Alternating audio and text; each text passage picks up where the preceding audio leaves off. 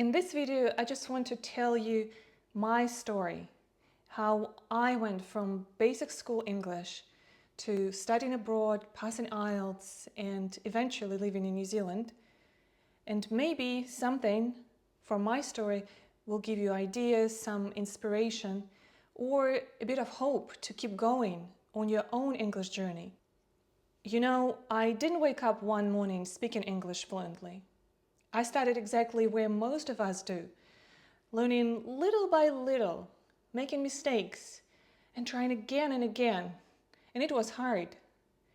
Everything I'm going to tell you today, I built step by step back home, long before living abroad. I started learning English at school when I was 7. We began with the basics, the alphabet, simple words, and a bit of grammar. You know, really elementary stuff. To be honest, our lessons weren't very interactive. We mostly did reading and workbook exercises, and there wasn't much real communication practice. So my progress was pretty slow. But there was one activity that really stood out to me. And even though I didn't realize it back then, I now think it was brilliant. Every year we had to take a spoken English exam, where we had to talk about simple topics like about me, my family, my hobbies, and the weather. And to prepare for that spoken exam, throughout the year we had to write little scripts on those topics. We had to think about what we would say, write it, and then practice it. And here's the thing. I don't believe in memorizing scripts word for word. It sounds unnatural and stressful, and your mind goes blank as soon as you panic. But the process of writing those little texts is incredibly useful. Because when you write, you give your brain time to form sentences. You think about vocabulary. You practice expressing your thoughts in English, slowly and calmly, without pressure.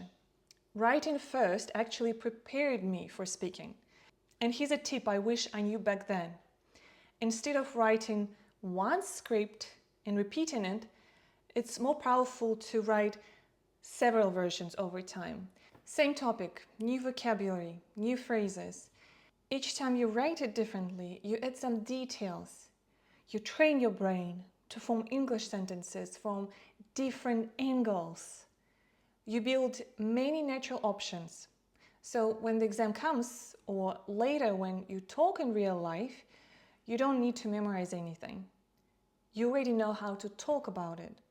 And to make writing those scripts easier, you don't have to do everything in one sitting. Just write in small chunks. A few sentences today, a few more tomorrow. Little by little, your script grows and it feels much more manageable. For example, one week you write, "My hobby is dancing. I go every weekend." A week later, "I've been dancing since I was 5. It makes me happy and confident." Try this method. Choose one topic and write short paragraphs about it again and again, but in different ways. It helps build those neural pathways and makes speaking much more natural. Now, here's another important part of that stage. Around the age of 10, I started singing in English. Pop songs, Britney Spears, and other popular singers at the time. We even performed at school events. And honestly, I didn't understand everything in those songs. But I imitated the sounds, the rhythm, the pronunciation. I copied the melody of English. And I believe that made a difference for my accent and pronunciation later. It didn't feel like an English lesson. It was fun. And that's a big lesson too. When you learn through something you enjoy, your brain absorbs more. Learning English works best when it feels natural, creative, and enjoyable, not stressful. When I was around 20, I had the chance to go to Germany for a summer school program at one of the universities.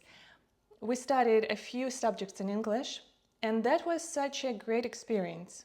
It wasn't an English-speaking country, and everyone there was using English as a second language. Professors, students. So I felt more relaxed. I didn't feel embarrassed to make mistakes because we were all learners. And honestly, that was amazing.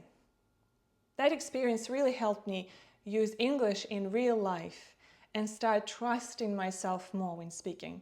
But before that, even back home in Russia, I tried to create my own English world. I joined an English-speaking club at my university. I went to British Council events and even became a member of their library. I joined a volunteer project where we visited orphanages with international volunteers. So I had to speak English with them. And I loved it. At home, I switched into English mode completely. I changed the language on my phone and laptop. I wrote notes in English. I only watched English videos. And on my way to university, which sometimes took a couple of hours, I listened to English podcasts. All of those little things prepared me for the IELTS exam I took in 2010. I got a 6.5 overall with the highest scores in listening and reading and 6.5 in speaking. And honestly, that's very common when you are not living in an English-speaking country. You usually understand more than you can say. But that's the thing. I achieved all of that before I ever lived in an English-speaking country. So if you aren't living abroad yet, don't worry. You can build fluency from home. In 2011, I moved to Germany again to do my master's degree in economics. And everything was in English. Lectures, group work, exams, full immersion. By that time, I already felt more confident. And studying in English every day pushed my fluency to the next level. Then in 2013, I moved to New Zealand. And that was another surprise. I realized very quickly that textbook English and real spoken English are not always the same thing. Before that, I was using too proper English. It was the kind you learn from books, very formal, very structured, but not how people actually talk in real life. I could easily say things like, as a matter of fact, nevertheless, but I didn't really know how to use English appropriately in everyday conversations. It sounded polite and correct, but also a bit unnatural.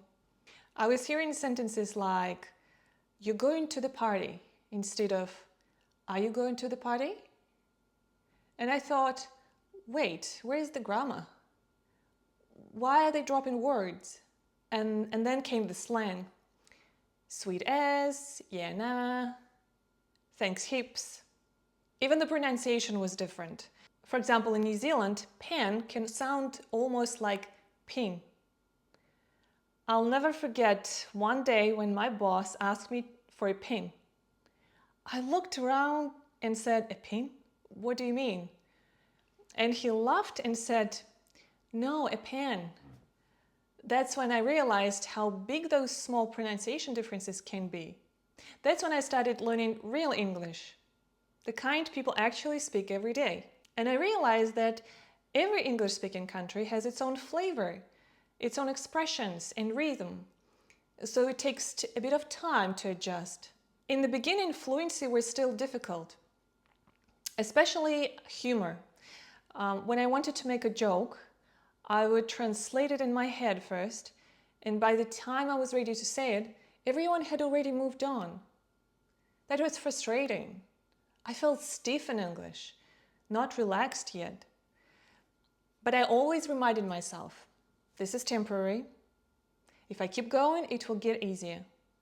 Slowly, I stopped translating and I started thinking in English. Speech became smoother, confidence grew, jokes finally landed on time. And that's when I knew I had crossed the bridge into fluency. One more thing that helped me a lot, writing a diary in English. not worrying about grammar, just expressing my thoughts freely, regularly. That exercise alone improved my fluency more than almost anything else because it trained my brain to think directly in English. And I still believe this. Fluency is not about being perfect. It's about feeling comfortable in the language, trusting yourself, and using English in your daily life as much as you can.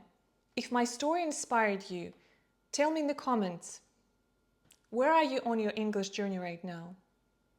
And if you want to learn English like babies learn their first language, watch my other video. The link is below. Thanks for watching. And remember, English becomes easier when you live in it, not only study it. See you soon.